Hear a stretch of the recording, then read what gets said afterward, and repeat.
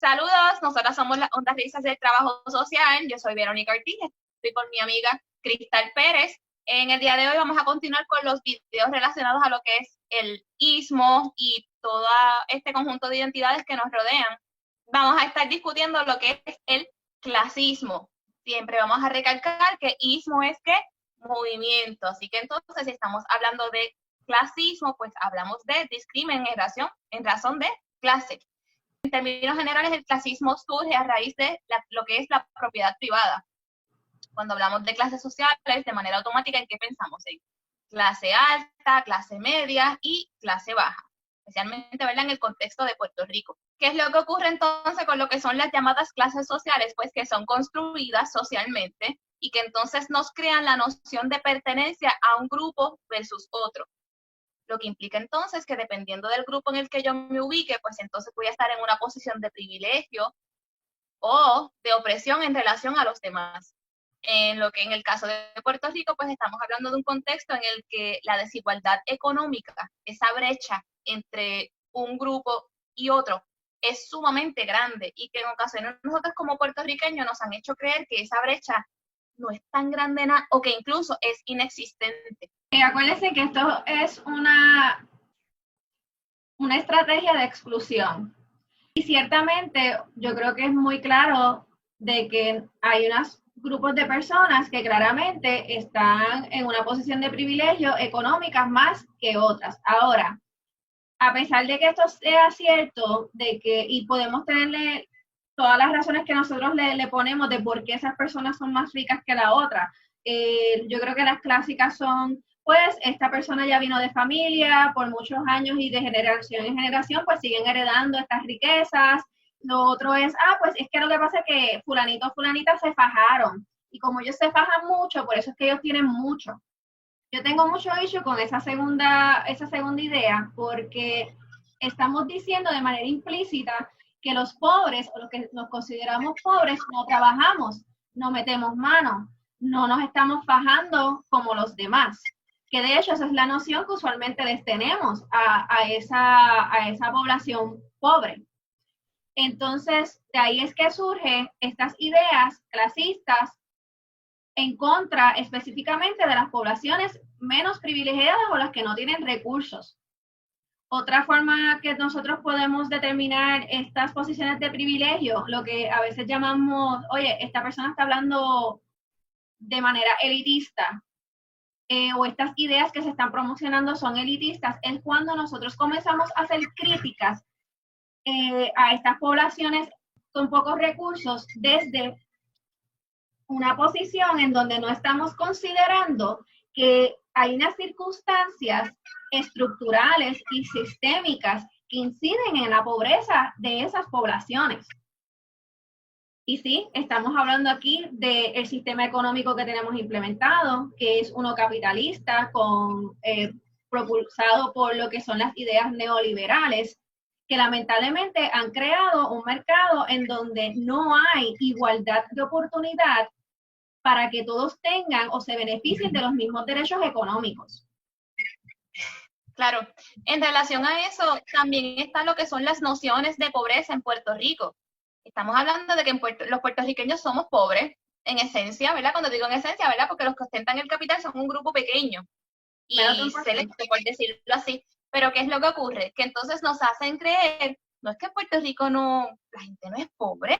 Si mira, si todo el mundo tiene un televisor en la casa, tienen celulares, no, bendito, tenemos que hacer una colecta para enviar dinero para Haití, para Santo Domingo, porque esa gente sí es pobre.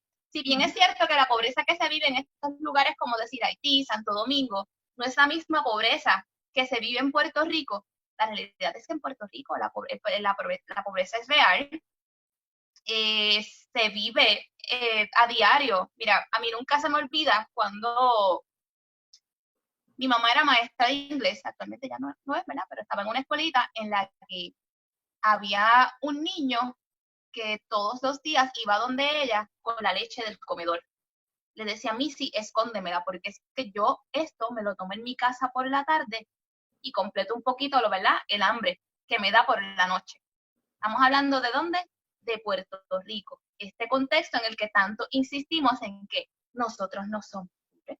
Si mira, esta gente vive mejor que tú y que yo.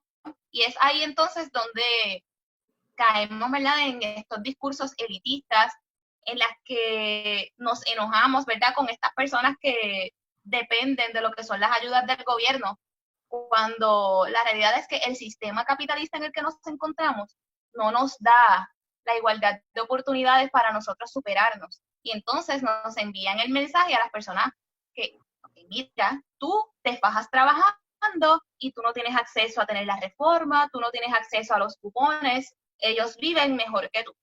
Y la realidad es que tenemos que cuestionarnos mucho esto de que ellos viven mejor que yo, porque la realidad es que si bien es cierto que, por ejemplo, una persona con un trabajo de 40 horas puede que no pueda hacer una mega compra, pero quizás puede ir varias veces en el mes a hacer sus encarguitos.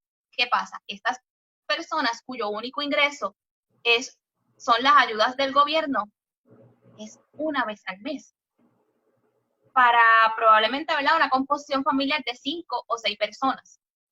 Una vez más, es cambiar esta perspectiva de me enojo con esta persona que recibe estas ayudas, cuando la realidad es que con quien te tienes que enojar es con el Estado, que te las niega a ti, que ignora entonces tu condición socioeconómica y que no te permite entonces que tú puedas tener acceso a esas ayudas también. Y aquí es donde entramos con lo que es la aporofobia, ¿verdad? Que esto es y menciono la aporofobia porque se ha creado como parte de las ideas que nosotros seguimos teniendo de manera colectiva. Voy a decir lo que es la aporofobia para repasar. Es una actitud que lleva a rechazar a las personas, a las razas y aquellas etnias que habitualmente no tienen recursos. La última vez que hablamos de esto, yo me referí directamente a las personas que vivimos en barrios, las personas que en ocasiones vivimos en lugares bastante aislados. Esto pasa mucho en el centro, los que vivimos en el centro de la isla, también pueden pasar por estas circunstancias de bajos recursos. Los que estamos viviendo en residenciales, primordialmente, cada vez que tú mencionas que la persona vive en un residencial, ya nosotros automáticamente tenemos unos esquemas y unas ideas sobre esa persona, sobre su estado económico, sobre su nivel de educación, y comenzamos a tener unos prejuicios ya formulados por esa persona, a pesar que no sean ciertos, pero estamos programados a automáticamente rechazar y no darle el espacio, el beneficio de la duda a las personas que están viviendo en esas circunstancias. También nos crea lo que es la visión tan generalizada de los llamados mantenidos. Es que son unos mantenidos, no pagan contribuciones, todo lo tienen gratis. Pues la realidad es que no todo lo tienen gratis. Sí, pagan contribuciones, porque si por un bien es cierto, ¿verdad?, que quizás por el ingreso que reciben al año no tienen que rendir planilla, ¿verdad?, como pues personas quizás como tú y como yo, que te hace pensar que no pagan IBU, te hace pensar, ¿verdad?, que de otras formas no contribuyen, ¿verdad?, porque es que son unas visiones bastante deterministas, sumamente erradas, en las que yo soy quien te mantengo, tú no pagas contribuciones, ustedes son unos mantenidos y se les da todo. La realidad es que no se les da todo. Una vez más, aquellos que dependen por completo de lo que de lo que es el pan para el acceso a alimentos, eso es solamente una vez al mes. Y entonces es lamentable ver la cantidad de personas en la que automáticamente dicen, pero mira el carrito, que lleno va. Una vez más, es una vez al mes. Y si nos ponemos a observar, ¿verdad?, lo que está en el carrito, la realidad es que no se compara a lo que quizás, ¿verdad?, otra persona que quizás en menos cantidad está llevando otro tipo de alimentos. Y voy a seguir insistiendo en que esto sigue siendo una vez al mes. Que esto no da, que entiéndase cuando en este tiempo de cuarentena, que los niños y las niñas estaban en la casa todo el tiempo. Obviamente, el abasto de comida se va a acabar antes. Que de ahí entonces la crítica es que estos supermercados no se vacían, pero es que tenemos más gente en la casa. No tengo entonces el comedor escolar. Es que en ocasiones, ¿verdad?, se han generalizado estas nociones de Puerto Rico no es pobre, eso es mentira. Tenemos que visualizar esto con un lente más macro y menos individualizado como en ocasiones nosotros lo hacemos. Esto es un problema sistémico. El sistema, el gobierno, para llamarlo por el nombre que es, el sistema de nuestro gobierno, ha creado unas circunstancias en donde lamentablemente hemos identificado unas poblaciones que son pobres y las vamos a mantener pobres. Me explico. Y esto es un problema que nosotros en el trabajo social tenemos porque se ha dado la crítica y el análisis de que nosotros los trabajadores sociales somos parte del problema, en el sentido de que somos aquellos agentes o profesionales que lo que hacemos es promover este asistencialismo que es el WIC, el PAN, la reforma. Una forma de control del sistema sobre la masa de las personas es, bueno, para que todo el mundo pueda decir que tienen algún tipo de oportunidad para obtener algún tipo de vida satisfactorio, vamos entonces a crear estos programitas que les van a dar un pedacito de lo que es la economía en su total. Si la economía en su total es 100, pues obviamente no le vamos a dar los 100, pero tampoco le voy a dar la mitad. Vamos a darle, qué sé yo, un 5, un 10% de ese 100, y entre ese 5 o ese 10%, que es toda la economía, que representa toda la economía, eso es lo que vamos a repartir a toda la población para que digan de que el gobierno aporta y para que digan, viste, nosotros sí ayudamos, ustedes sí pueden sobrevivir con esto, en vez de crear unas medidas o unas políticas públicas que puedan permitirle a que todos los ciudadanos comencemos en el mismo plano. Algo bien sencillo puede ser el salario mínimo. Nosotros estamos en estos momentos a 7.25 y se ha probado una y otra vez de que 7.25 a 40 horas a la semana no se puede vivir. No se puede vivir con todos los impuestos, con todas las responsabilidades económicas, a veces las composiciones familiares que nosotros tenemos en nuestras familias, en nuestra sociedad, no permiten que a 7.25, 40 horas semanales me dé para yo poder tener una vida satisfactoria. A veces, en ocasiones, me da para pagar exacto todo del mes. Y en ocasiones estoy en negativo. Y por ende, estas personas que nosotros decimos que no se fajan, que no son ricas porque no se fajan, sí, a veces tienen 2, 3 trabajos a la misma vez para poder tener cómo suplir todas esas necesidades básicas. Y a ver si me sobra un poquito para ver si yo puedo ser feliz, aunque sea una vez al mes, darme una chulería. Pero muchas personas no se pueden dar las chulerías, no se pueden dar los lujos y los gustos. Pero es porque sistémicamente no tenemos esa igualdad de oportunidades. Nacemos sin esa igualdad de oportunidades. Claro, y que entonces en la misma línea de los programas está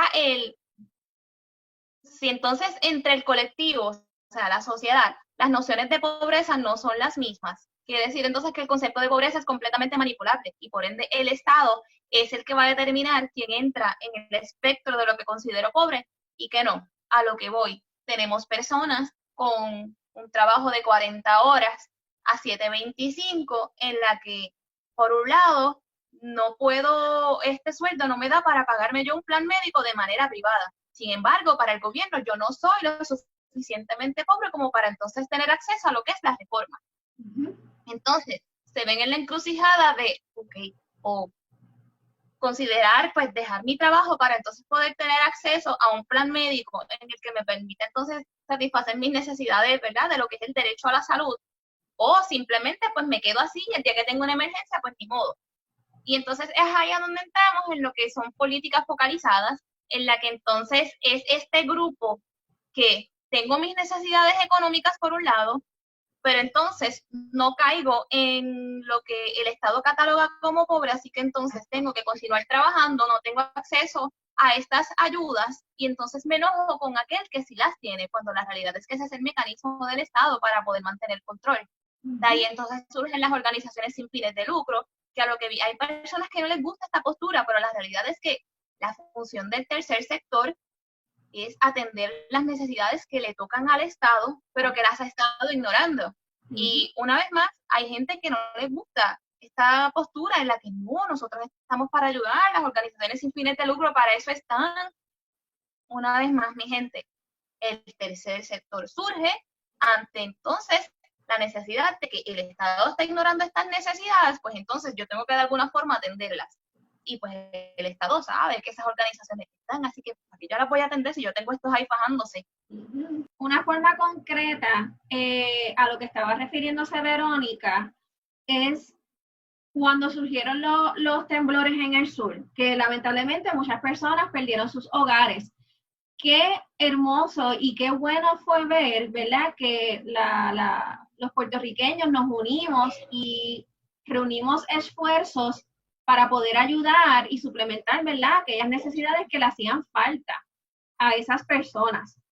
Reunimos ropa y comida y dinero porque nosotros entendimos de que, ¿verdad?, que estas personas necesitaban esa ayuda. Ahora, a pesar que eso es muy bueno y ciertamente lo agradecemos que eso surge, como quiera, eso no es trabajo del pueblo, es trabajo del sistema, del gobierno, poder suplir esas necesidades que le surgieron a esas personas o a esos ciudadanos del sur. Yo sé que puede surgir un poco, ¿verdad?, chocante lo que estamos diciendo, no estamos diciendo que se eliminen todas estas organizaciones, eso no es, pero tampoco podemos pretender de que estas organizaciones sean el recurso primordial para suplir estas necesidades que se supone que el gobierno ya nos esté supliendo, porque es nuestro derecho humano tener esas necesidades suplementadas. Y el Estado se ha lavado las manos y ha dicho, no, para eso están ustedes. Y a lo que me refería ahorita con el trabajo social, esos son posiciones asistencialistas. Y lamentablemente el trabajador social se ha visto en distintas agencias privadas y públicas en donde sí hemos sido asistencialistas. Y lo que hacemos es seguir alimentando este mismo estado en el que nos encontramos, en vez, ¿verdad?, de promover o hacer algún tipo de acción que vaya atendiendo el problema real a su raíz, en vez de seguir poniéndole una curita, porque esto es una curita.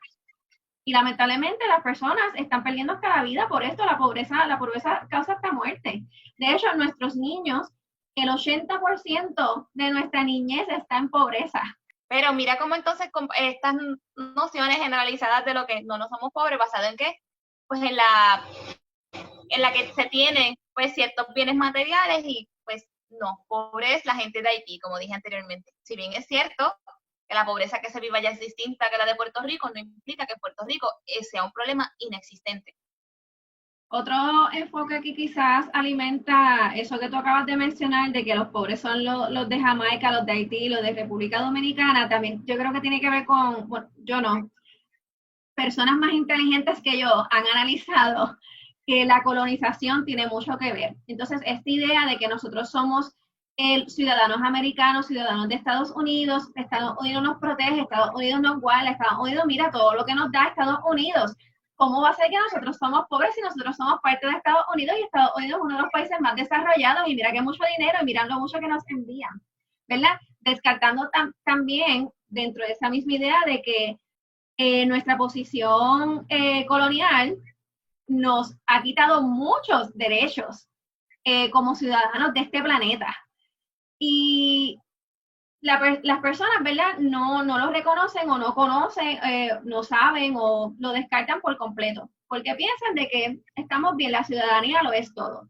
Bueno, pues esto sería todo por el video de hoy. Ya terminamos de discutir el tema del clasismo. Una vez más, queremos cerrarnos sin antes exhortarlos a que cuestionen todas estas ideas que ustedes piensen que son de ustedes, que siempre han estado ahí, que fueron creadas por ustedes mismos, que se las cuestionen y quizás se darán cuenta que no siempre han estado ahí, que no necesariamente responden a algo creado por ustedes mismos y entre ellos pues entonces entran todo este tema de las interseccionalidades y por ende el concepto que se tiene de la pobreza. Nada, será hasta la próxima semana. Se cuidan. Sean felices. Una mujer de Aguadilla vino a New York a cantar.